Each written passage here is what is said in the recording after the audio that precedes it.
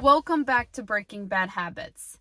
I'm going to tell you something that you don't want to hear, but what you need to hear is your past does not make you special. When I first heard this, I felt like smoke was blowing out of my ears. I couldn't believe it because I thought that the only thing that was special about me was my past, because that was the only thing I've ever experienced.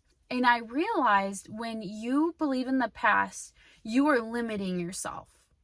You are not opening yourself up to possibilities. And when you believe in the past, you are anchored down to the bottom of the ocean.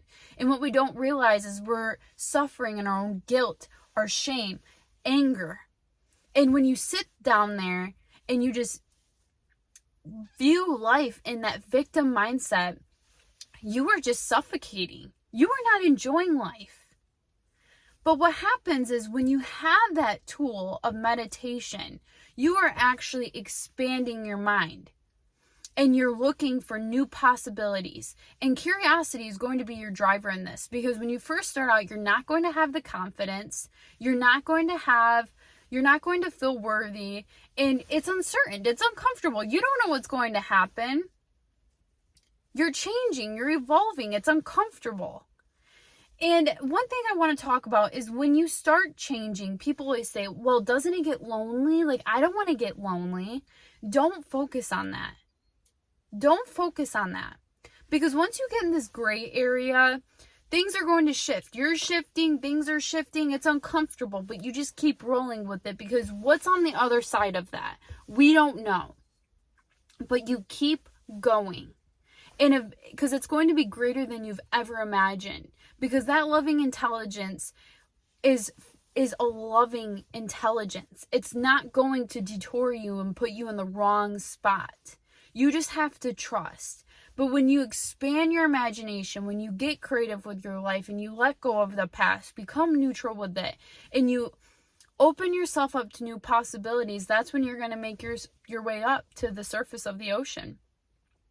You've broken free of those limiting beliefs. I'll give you an example. When I was growing up, the teachers, my parents, everyone around me told me I was dyslexic. And I believed that. I felt limited. I felt embarrassed. I felt unworthy of learning. And it really limited me in my education.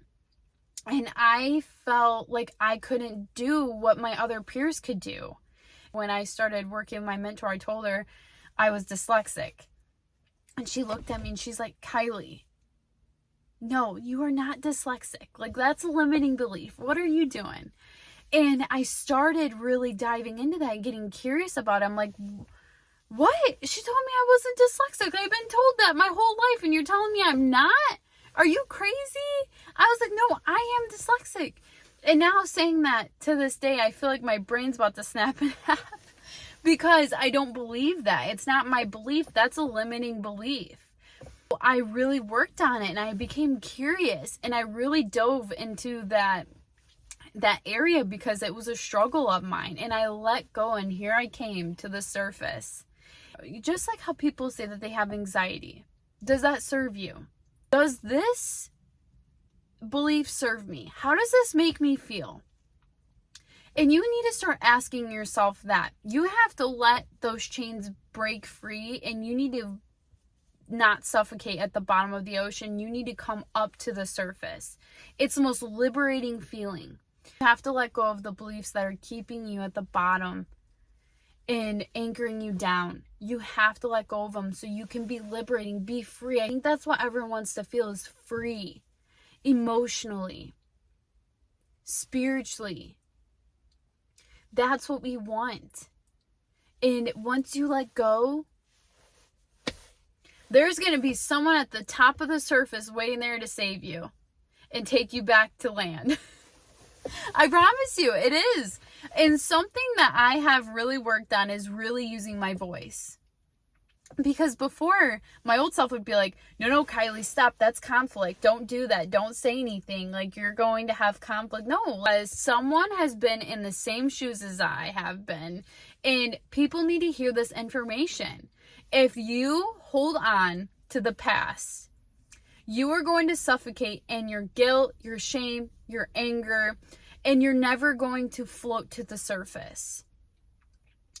And once you really expand yourself to new possibilities, to the life that you actually want, and in order to know what you want, you have to become familiar with yourself.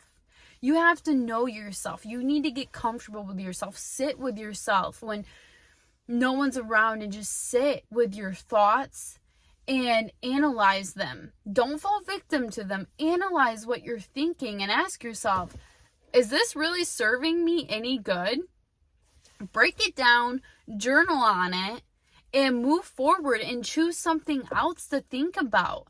And teach yourself how to respond to that new thought emotionally. Because what happens is when we get so addicted to stress, because that's all we feel, our body is going to look for stress. It's going to look for it in its environment. It's going to look for it anywhere that we go. And we're always going to be like, oh, I'm stressed out.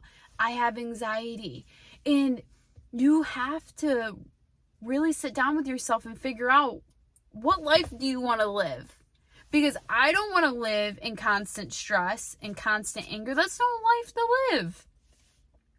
You want to break free of those chains. You want to float to the surface. You want to expand yourself to new possibilities.